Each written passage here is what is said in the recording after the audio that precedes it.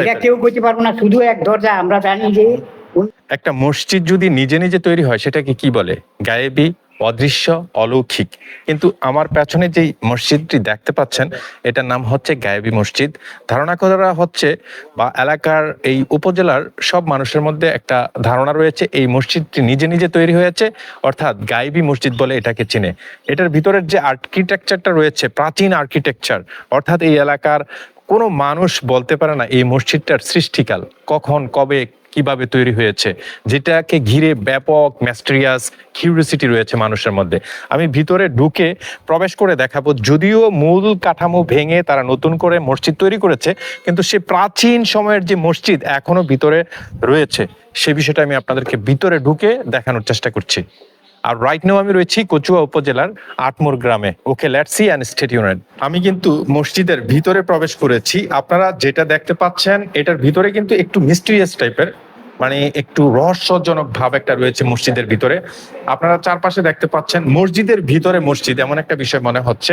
আমি একটু ভিতরে ঢুকে দেখানোর চেষ্টা করছি আপনাদের।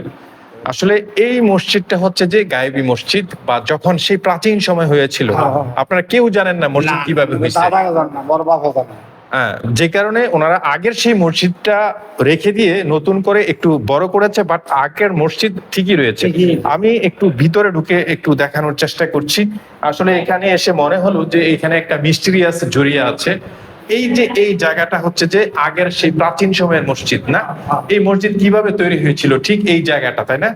কিভাবে হয়েছিল এটা কেউ বলতে পারবেন না। আপনার বয়স কত? 70 বছর। আপনার চেয়ে বড় কেউ আছে এখানে? আচ্ছা, বলতে পারে না। এই মসজিদ কি অবস্থা, এই অবস্থায় হয়েছে নাকি এই অবস্থায়?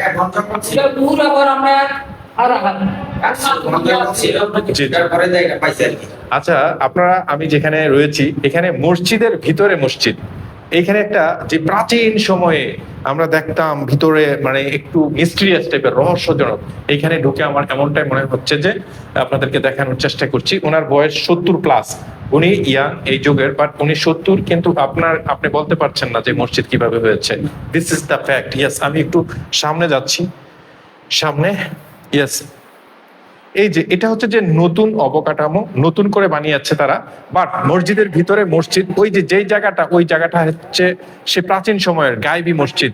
অর্থাৎ ওনারা কেউ জানে না এই মসজিদ কিভাবে হয়েছে, কত সালে হয়েছে, কিভাবে সৃষ্টি হয়েছে।